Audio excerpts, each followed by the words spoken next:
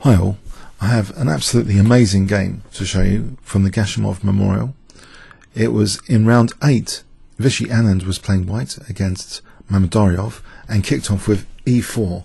After e5, knight f3, black wanted to try and play really solidly. We have the Petrov defense. Now Vishy's response is very interesting. He plays knight c3, and now after knight c6 we have the 4 knights opening. It's not very creative. Yes, there are 4 knights out, 4 knights variation. Bishop b5 now is the main move, and black responds symmetrically with bishop b4. White castled, black castled. Now we have d3, d6. So far perfectly symmetrical. This often happens in lines of the English opening where black can just imitate white. But here now, let's see what happens. Knight e2, knight e7, and it continues a bit. c3, but now black doesn't usually play c6 here, funny enough. I think this would lead into big trouble if we wanted to try and carry on the symmetry, the imitation. For example, I suspect, like taking here, a4, you can't answer with a5 because a takes, and we're pinning there, black would end up losing a rook. So yes, the symmetry has to end. So c3, black plays now bishop a5, and then we have knight g3, knight g6, but yes, this looks very familiar for both sides here. d4, does white have a space advantage in the centre? Could this be significant? The knight is supporting d4, it's made that possible, and is the structure here more aggressive than this structure? Let's see, black plays now bishop b6. It looks as though a pin might be useful as well to try and exert more pressure on d4. Vishy isn't worried here though, in this particular position, for the moment, about bishop g4. He plays rook e1, and black kicks the bishop. We have bishop d3, and again it looks as though maybe bishop g4, but I suspect black isn't too keen on the prospect of giving up the light square bishop. Maybe there's going to be strong compensation for white, or even a move like d takes might be possible. So bishop g4 wasn't actually played here. We see instead rook e8, and it's at this point that the g4 square is tackled with h3, and black plays h6, and now we have bishop e3.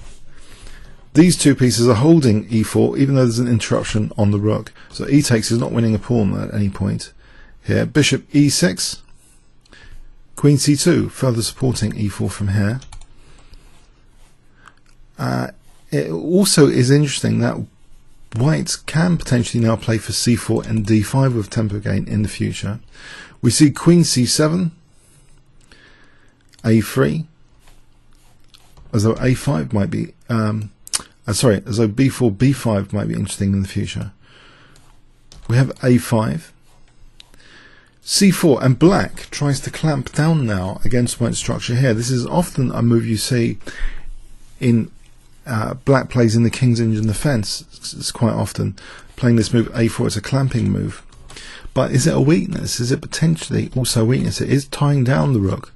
The queen is quite comfortable on c2, supporting e4 already. Weakness or clamping pawn? Rook ed1 now is played, and it seems white has the prospect of playing c5 at various points now, maybe disrupting black's pawn chain by taking on e5 after. Black here releases that central tension, and this changes the structure very significantly actually. Black plays e takes d4 here. We have, after bishop takes d4, a backward pawn potentially on d6. Could white just build up the rooks on d6? Is this the start of something interesting from white's perspective? From an engine point of view, it's a bit of a tricky position to try and keep equal. A suggestion is bishop takes, knight takes, queen b6, and installing the queen on c5. This might make use of that clamping pawn without b4 to kick the queen. This is an interesting position for black, and black's dark square play might be an evidence black might actually play h5 h4 later as well. This seems to be a reasonable position. But what happened in the game? Okay, in the game actually we see knight e5. So the bishops have been kept on a bit longer, this tension here. And it's looking at doubling white's pawns. That's parried, the bishop retreats. We have bishop c5, so the tension kept. But now rook d2, and white simply wants to double and maybe put pressure later on d6 somehow. Knight fd7, rook ad1, rook ed8. For the moment, black seems to be very well entrenched on the dark squares. In fact, if you look at this position, white seems to have, structurally, d4 is a structural weakness with these pawns here. It seems as though that's a potential like Achilles' heel.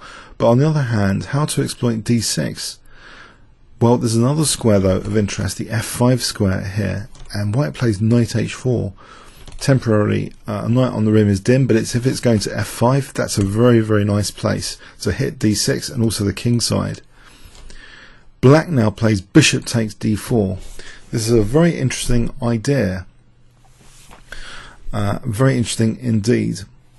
It's to kind of bring a rook to take that pawn, believe it or not. A spectacular idea in its own right, but can it potentially backfire? The idea now is revealed. Rook takes d4, and not to defend d6 by moving the knight,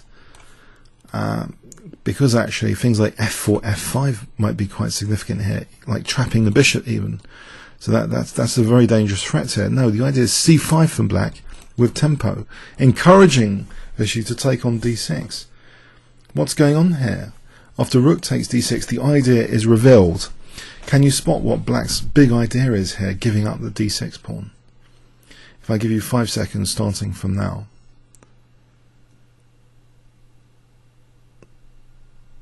Okay, it's actually to make use of the d4 square. Knight c6, to put a knight here, which seems, white's Achilles' heel is the d4 square. To put a knight there is the start of, a lot of powerful potential dark square pressure. Vishy contests this square with knight hf5. It's difficult to kick the knight. It's looking at d4. But now knight d4, and potentially, this rook seems stranded now. Potentially, we have queen d2, knight e5. Now, if white just takes off the rooks, black's pressure seems to be quite evident on c4, for example, and that would really emphasize this clamping pawn. Again, no b3 to support c4. So if we imagine this position, after rook takes d8, rook takes d8, there's significant pressure on c4 here. The knight and bishop, and this knight is also threatening knight f3 check, winning the queen. So what can Vishy do here? A fantastic move is played in this position. Can you spot it? And can you understand the positional implications of it? If I give you 5 seconds starting from now.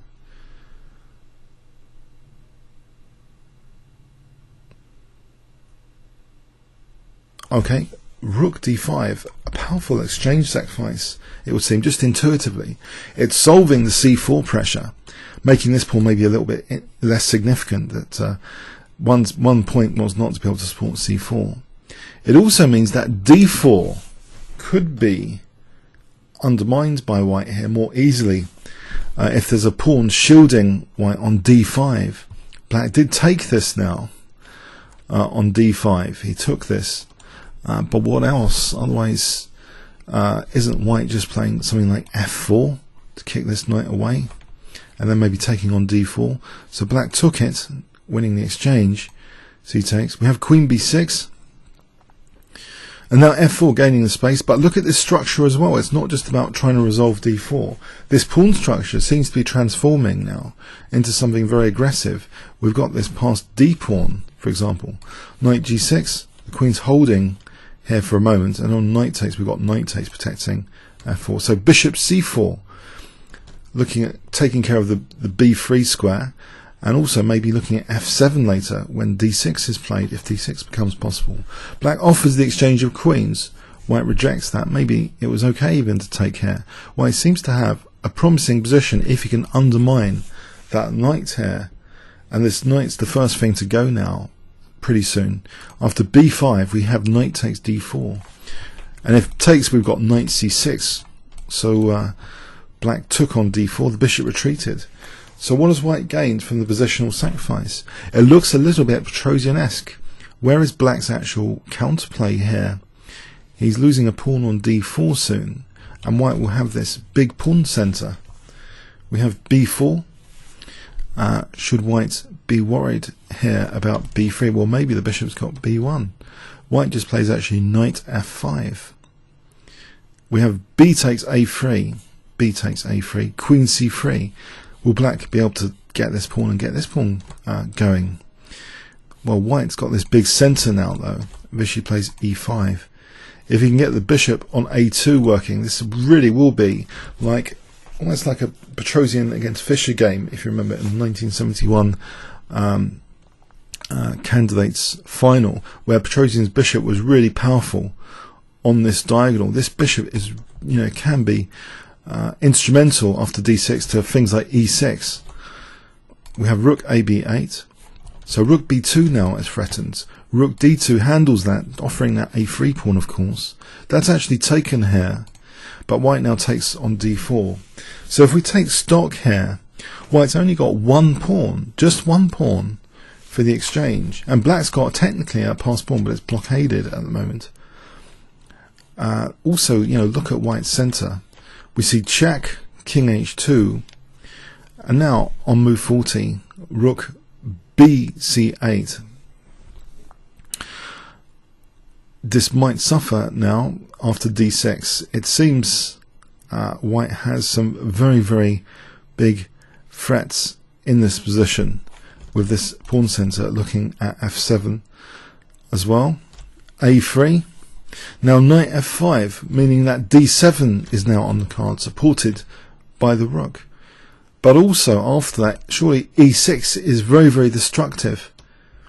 We have rook f8 trying to get out of the way a bit, protecting f7. But now after d7, believe it or not, black felt a bit crushed here. He actually resigned here on move 43. Mamedyarov resigned. It looks like a horrendous position for his king side. If we look at this, rook d8, for example, in this position, looking at g7, it seems queen d4 would be a very strong move. Threatening e6 and then e7. What does black actually do here? So that's the major threat.